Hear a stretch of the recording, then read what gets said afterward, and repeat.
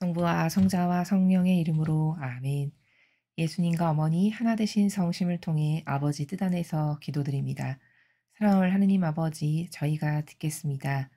말씀하여 주시옵소서. 또한 오늘도 아버지께서 성경을 통해 가르쳐 주시는 신적 나라의 아름다운 질서가 저희들의 새로운 사고방식이 되어 그러한 신적 질서의 사고방식으로 영혼이 아버지 뜻 안에서 다시 태어날 수 있기를 뜨거운 갈망과 열망으로 청원드리오니 아버지 자비를 베풀어 주시옵소서.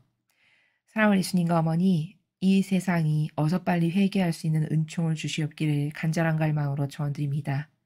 또한 부디 대한민국에 살아가는 모든 국민들의 사고방식과 정신과 마음 안에 살아가는 자아에게 맹종하게 하는 마귀, 그리고 감성주의자로 살아가게 하는 마귀, 또 인간의 뜻이 조작하여 만든 제도와 전통에 맹종하고 맹신하게 하는 마귀, 이 밖에도 신적 질서와 진리와 계명에 반하는 사고방식을 하는 모든 마귀적 사고방식을 하나도 남김없이 뿌리째 캐내어 매 순간 예수님의 늑방에 묻고 지옥의 불구덩이 속에 집어던지며 어머니의 위대하신 완덕의 발 아래 봉헌드리오니 모두 짓밟아 부숴버려 주시고 이제 이렇게 매일 가르쳐 주시는 신적인 질서가 이 나라 국민의 새로운 사고방식과 정신과 질서가 되게 하셔서 옳고 그름을 똑바로 분별할 줄 아는 국민이 되도록 축복하여 주시옵소서. 이 모든 기도 우리 주 예수 그리스도의 이름으로 기도드리나이다. 아멘. 성부와 성자와 성령의 이름으로 아멘. 안녕하십니까? 하나님의 뜻 성교의 피아순이입니다. 자, 오늘은 성경을 통해서 하느님 아버지께서 과연 어떠한 아름다운 진리의 세계를 가르쳐 주실지 여러분들과 함께 기대하면서 학습해 보도록 하겠습니다. 2021년 11월 6일 연중 제31주간 토요일입니다. 루카복음 16장 9절에서 15절까지의 말씀입니다. 주님 영광 받으소서. 그때 예수님께서 제자들에게 말씀하셨다. 불의한 제물로 친구들을 만들어라. 그래서 제물이 없어질 때 그들이 너희를 영원한 거처로 맞아들이게 하여라. 아주 작은 일에 성실한 사람은 큰 일에도 성실하고 아주 작은 일에 불의한 사람은 큰 일에도 불의하다. 그러니 너희가 불의한 재물을 다루는데 성실하지 못하면 누가 너희에게 참된 것을 맡기겠느냐? 또 너희가 남의 것을 다루는데 성실하지 못하면 누가 너희에게 너희의 몫을 내주겠느냐? 어떠한 종도 두 주인을 섬길 수 없다. 한쪽은 미워하고 다른 쪽은 사랑하며 한쪽은 떠받들고 다른 쪽은 업신여기게 된다. 너희는 하느님과 재물을 함께 섬길 수 없다. 돈을 좋아하는 바리사이들이 이 모든 말씀을 듣고 예수님을 비웃었다. 그러자 예수님께서 그들에게 이르셨다. 너희는 사람들 앞에서 스스로 의롭다고 하는 자들이라. 그러나 하느님께서는 너희 마음을 아신다. 사실 사람들에게 높이 평가되는 것이 하느님 앞에서는 혐오스러운 것이다. 주님의 말씀입니다. 그리스도님 찬미합니다.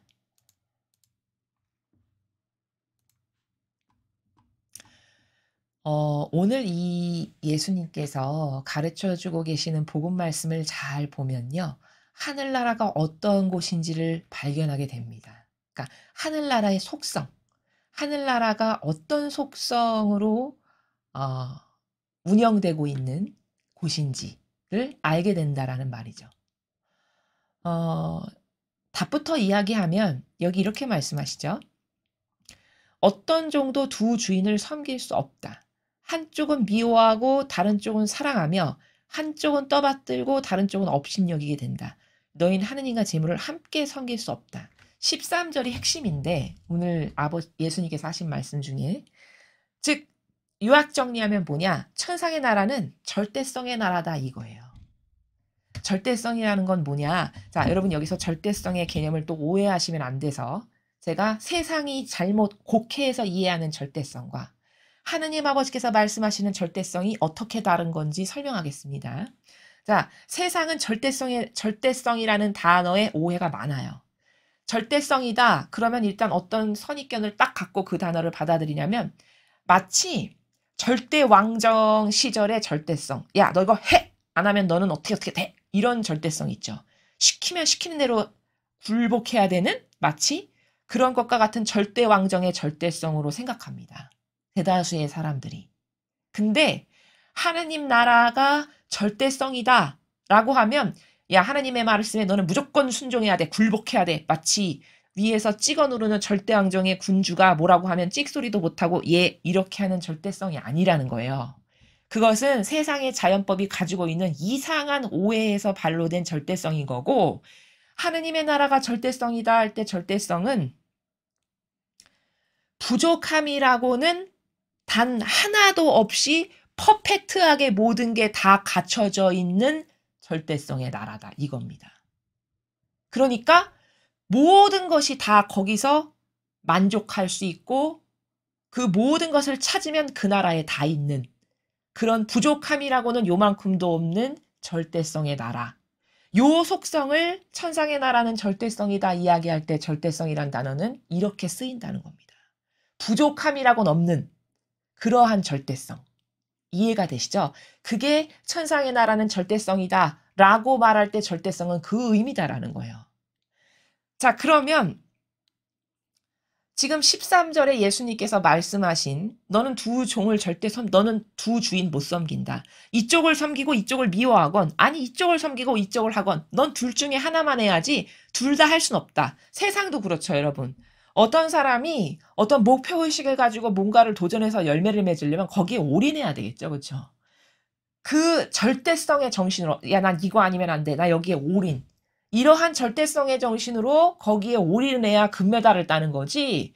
뭐 양다리, 세 다리 걸치면서 이거 좀 놀기도 했다가 연습도 간간히 했다가 좀 힘드니까 쉬기도 했다가 이렇게 하는 사람은 그 목표를 성취할 수가 없는 게 확률적으로 너무나도 당연한 이치라는 거죠. 세상도 그걸 다 납득을 하잖아요.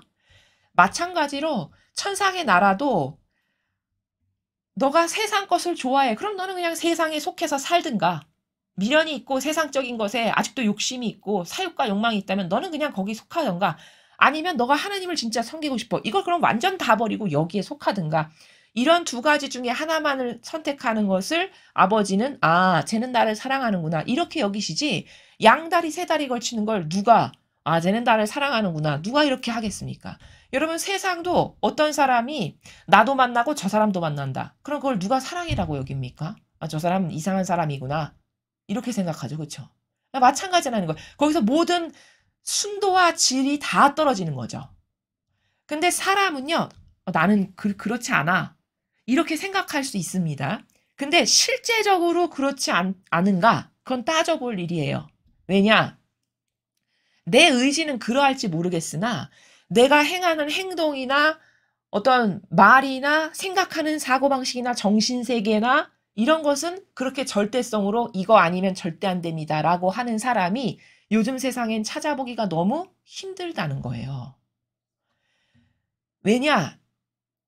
다 나에게 이득이 되면 타협하고 협력하는 자아의 종으로 살아온 사고방식의 경향의 골이 너무 깊어가지고 수십 년 동안 그 자아의 자아를 왕처럼 떠받들면서 살아온 사고방식으로 살다 보니 그 경향의 골이 너무 깊어서 내 마음은 하나님께 이렇게 잘하고 충직하고 싶지만 순도와 질적인 측면이 다 떨어지게끔 하는 것은 그 자아를 남겨놓고 완전히 버리지 못했을 때는 그 인간적 자아라고 하는 부분이 다 갉아먹는다는 거죠. 그래서 이런 절대성과 유일성의 정신이 너무나도 아름답게 퍼펙트하게 무장돼서 빛이 되신 분이 성모님이세요. 성모님의 삶을 유심히 보면 굉장히 거기서 발견할 수 있는 엄청난 원리들이 많이 숨어 있는데 성모님의 절대성은 완덕이라는 칭호를 얻으실 만큼이었어요.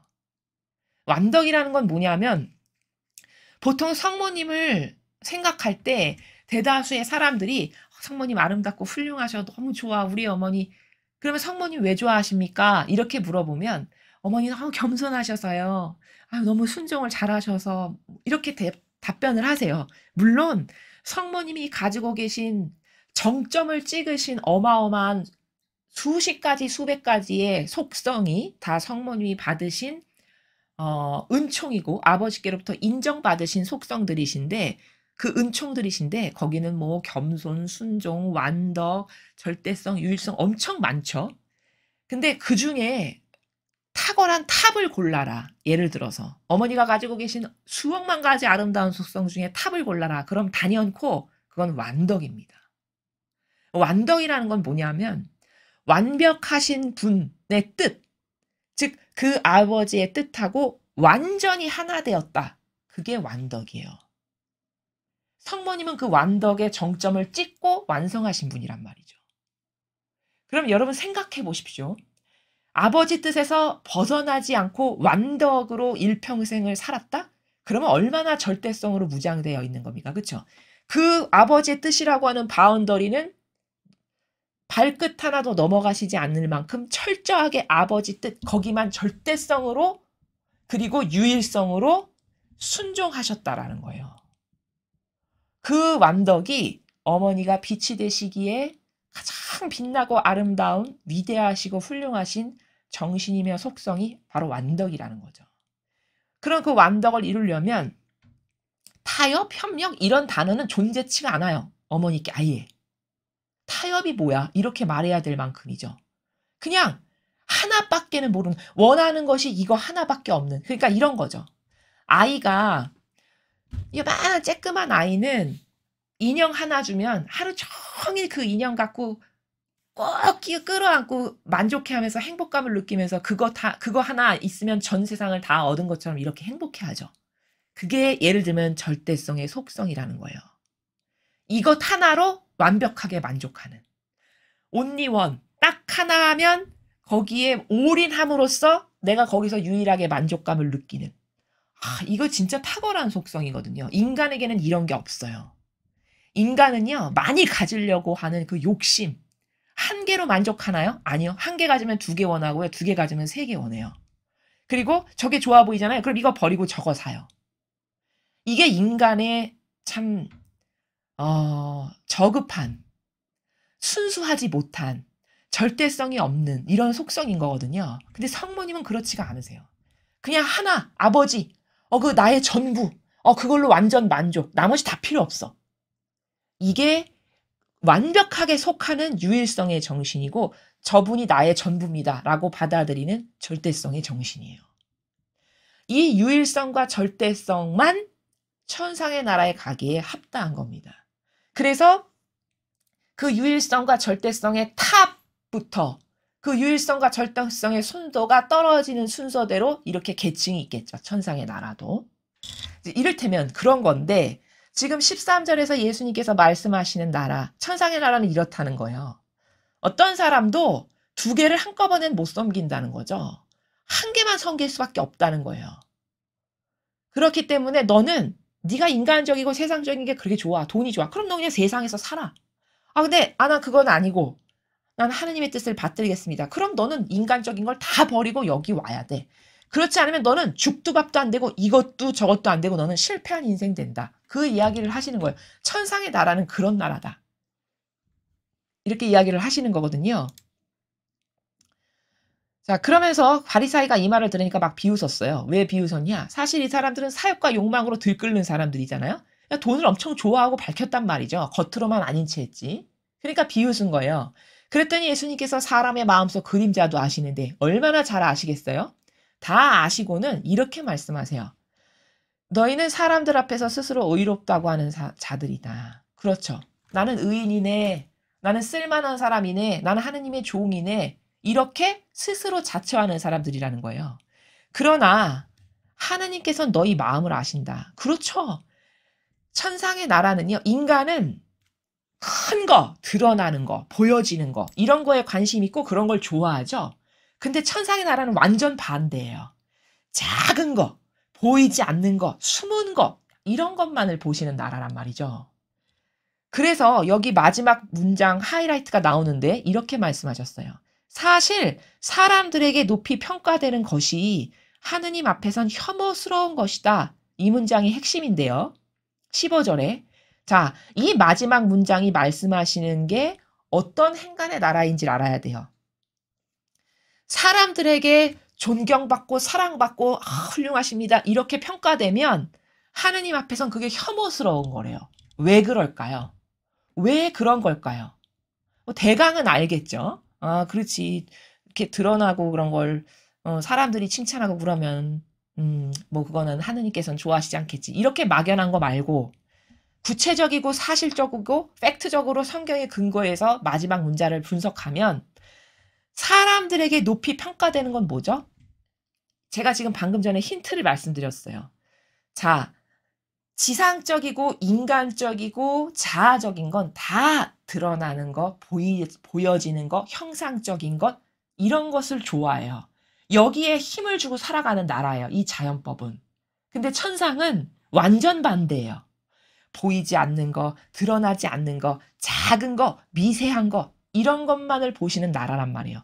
그래서 성경의 다른 부분을 보면 숨은 일을 반기신다 이렇게 말씀하시죠. 그렇죠? 그 숨은 일을 반기신다는 건 뭐냐? 숨은 일이라는 건 뭐죠? 남에게 드러나지가 않은 거예요. 그러니까 남에게 드러나지 않음으로써 하느님에게만 보여드린 순수하고 그리고 남에게 보여졌다라는 건 이런 관점이 있는 거거든요. 더럽혀졌다라는 뜻이에요. 이미 저거는 인간에 의해서 뭔가 임발부된 게 있어. 이런 뜻이거든요. 드러났다는 건. 그럼 그렇게 드러나서 인간에게 뭔가 임발부돼서 거기 접촉된 게 있는 것을 천상에 가서는 받기에 합당하지가 않은 거예요. 이미 부정을 탔다 이거죠. 다시 말하면. 그런 부정 탄 것을 하늘나라에 가져다가 높은 곳에 놓을 수는 없다. 이거예요. 법칙이. 그래서 아버지는 숨어서 해라. 숨은 일을 반기신다. 작은 것. 이런 거를 말씀하시는 거거든요. 그럼 거기에 숨겨져 있는 원리가 뭐냐면 드러나지 않은 거.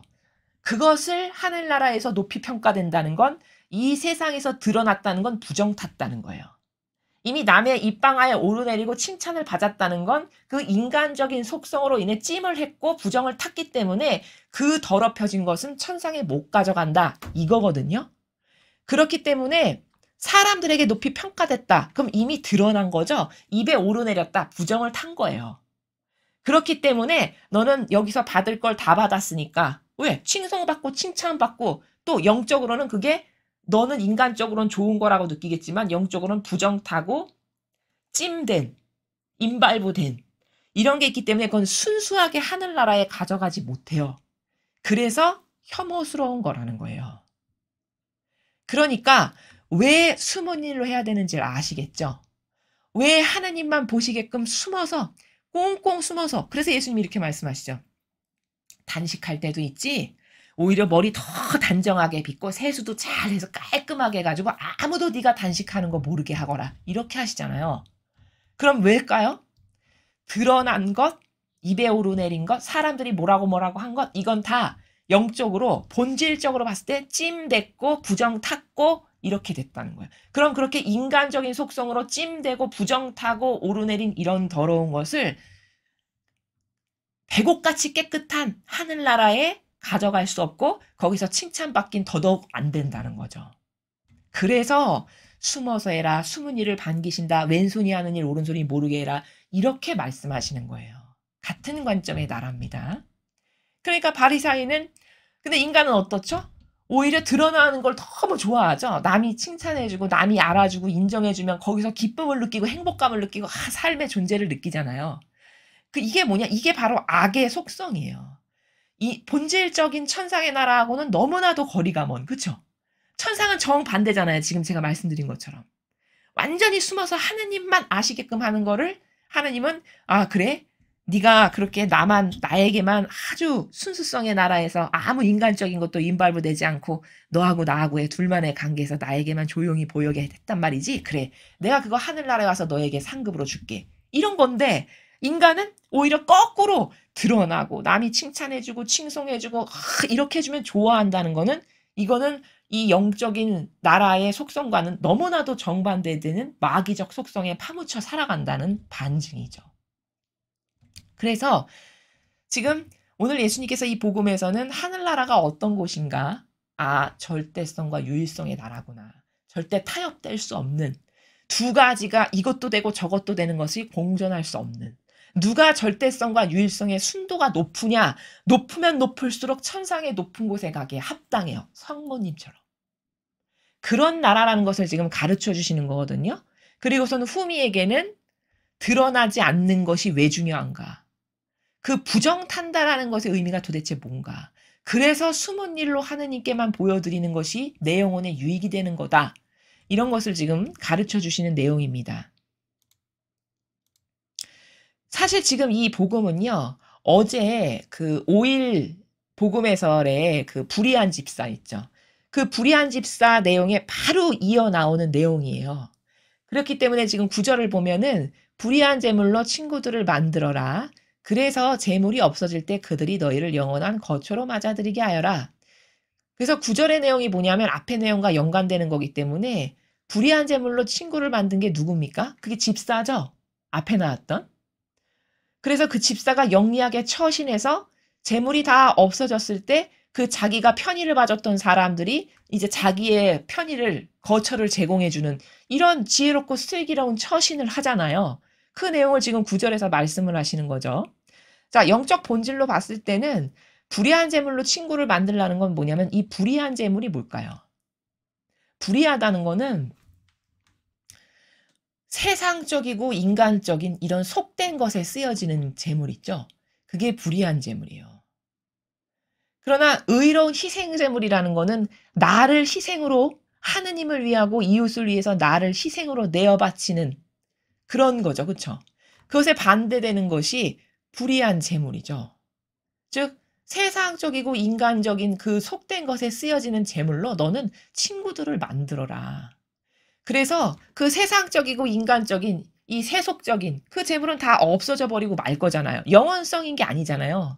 그러니까 그것이 다 없어질 때 네가 오히려 그 세상적이고 인간적인 이 속세적 재물로 하느님을 위해서 또 너에게 도움을 줄 어떤 친구들을 만드는 것으로 쓴다면 오히려 너가 어떤 필요가 있을 때 너가 그들의 도움을 받게 될 거다. 이런 말씀이죠. 그러면서 작은 일에 성실한 사람은 큰 일에도 성실하고 작은 일에 불의한 사람은 큰 일에도 불의하다.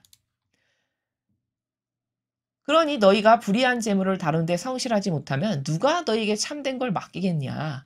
또 너희가 남의 것을 다루는데 성실하지 못하면 누가 너희에게 너희 몫을 내주겠냐. 지금 10절, 11절, 12절 다 어떤 내용을 말씀하시는 거냐면 작은 것이 중요하다라는 것을 계속 말씀하시는 거예요. 작고 보잘것없다라고 여기는 것에 충직한 사람은 하나님께서 큰 것도 맡기신다는 거죠. 근데 사람은 착각이 큰 것에는 신경 쓰지 작은 것은 신경을 안 쓰잖아요. 그쵸? 작은 거 그냥 치부해버리고 소홀히 여기기가 쉬워요. 그런데 천상의 나라는 이것 역시도 반대예요. 사람은 큰 거, 덩치 있는 거, 좋아 보이는 거, 있어 보이는 거, 여기는 심혈을 기리지만 별것 아닌 거, 작은 거, 이런 것은 다 터부시하고 치부시하잖아요. 근데 천상은 누가 작은 것에 한결같이 꾸준한 일관성으로 성실성으로 계속 지속적으로 잘할 수 있는가 이거를 유심히 보신다는 거예요. 그리고 거기서 한결같은 성실성과 진실성으로 꾸준할 수 있다면 그 사람에게 그때 큰 거를 맡기신대요. 자, 바로 이 정신이 뭐냐? 이게 피앗 정신이에요. 피앗 정신이라는 것은 성모님께서 그 피앗 정신을 완성하실 때 가사일에서 완성하셨다라고 나오거든요. 그럼 여러분 생각해 보십시오. 가사일이라는 게 얼마나 하찮고 보여지지 않고 남이 봤을 때 터부시 여길 만한 것들이죠. 그렇죠? 다 별것 아닌 뭐 비로 쓸고 닦고 티도 안 나요. 해봤자. 밥하고 빨래하고 반찬 만들고 이런 거 다 남이 봤을 때 별거라고 느껴지지도 않는 뭐 거대한 업적을 세운 것처럼 보여지지도 않는 것들이잖아요. 근데 성모님은 피앗 정신을 그 가사일에서 완성하셨다라고 말씀하세요. 그럼 또 여기서 중요한 원리를 하나 캐치할 수 있어야 되는 것이 그 작은 것을 놓치지 않고 작은 가사일 할 때 순간순간마다 아버지와 함께 하려는 그 정신을 놓치지 않는 그것이 쌓이면 결국 어떻게 되는 거냐? 완덕이 되는 거예요. 아버지와 완전히 하나 되신 그 완덕이 그 거대한 위대한 완덕은 그렇게 가사일 보잘것없는 것 하나하나도 놓치지 않고 매 순간 아버지를 모시고 함께하는 것을 완성함으로써 그 작은 순간순간들이 모였을 때 바로 완덕이 된다는 겁니다. 피앗이 되는 거고. 이해가 되시죠? 바로 그러한 정신을 지금 10절, 11절, 12절에 걸쳐서 예수님께서 말씀하고 계신 겁니다. 그러면서 이제 13절은 설명을 했고요. 이 후미는 다 설명을 드렸죠. 그래서 오늘 예수님께서 이 말씀하신 내용은 어제 그 불의한 집사에 이어서 천상의 나라가 어떤 나라인가? 이 작은 것을 중시하는 나라. 그 작은 것에 얼마나 충직할 수 있는가? 요것을 보시는 나라. 그 절대성과 유일성의 순도를 보시는 나라. 이런 나라가 천상의 나라다라는 것. 그것을 발견하고 우리에게 그런 어떤 성모님에게 있으셨던 절대성이나 유일성이나 작은 것을 완성하는 피앗의 정신이 없다면 그것을 이제부터라도 매 순간순간 나에게 적용해서 완성해 나가는 것이 그게 내가 천상의 어머니 가신 곳을 갈 수 있는 길이다. 라는 것을 오늘 이 복음을 통해서 우리가 배울 수 있었습니다. 공지사항을 말씀드리겠습니다. 저희 사명이 다양한 각계각층의 분야에서 성공하기를 원하시는 리더들 혹은 어떤 도전의 목표를 정해놓고 무엇을 갈망하시는 이런 분들의 도움을 드리기를 원해서 프로젝트를 시행하고 있습니다. 뭐 성별이나 연령이나 심지어 종교도 다 무관합니다. 다 초월해서 뛰어넘고 성실함이 있으시고 열정이 있고 갈망이 있으신 그런 분들이라면 누구라도 지원을 하실 수 있으십니다. 이 프로젝트는 오로지 목적이 하나입니다. 이제 성화 시대를 앞둔 우리가 각계각층의 다양하고 중요한 요소의 리더들을 이제 하느님께 속한 훌륭한 영향력을 끼칠 수 있는 선한 영향력을 끼칠 수 있는 사람들로 각계각층의 리더, 지도자들을 양성하고 배출하자. 또 훌륭한 이런 사람들이 사회에 주된 주역이 되게끔 하자. 이런 목적으로 이 프로젝트를 진행하고 있으니 많은 분들의 지원을 기다리겠습니다. 이상으로 2021년 11월 6일 연중제 31주간 토요일 복음 해설을 마치겠습니다. 감사합니다.